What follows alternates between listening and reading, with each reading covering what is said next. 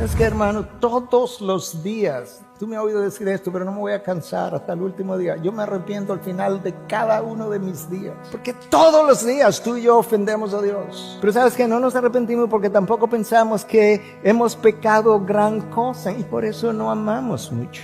¿Qué dice la palabra? Si no fuera por tus misericordias, ya yo hubiese sido consumido. Yo no hubiese llegado a la iglesia hoy, me hubiese carbonizado si no fuera por su misericordia. Cuando tú llegas a saborear eso, la dulzura de su perdón, por misericordia, por gracia, tú le vas a amar mucho, pero tienes que ver lo odioso de tu pecado para saber lo costoso de tu perdón. Por eso es que pensamos cuando alguien nos dice que debiéramos ir más allá por Jesús, que esa demanda no es necesaria para ser cristiano. Sí es necesaria si tú le amas mucho.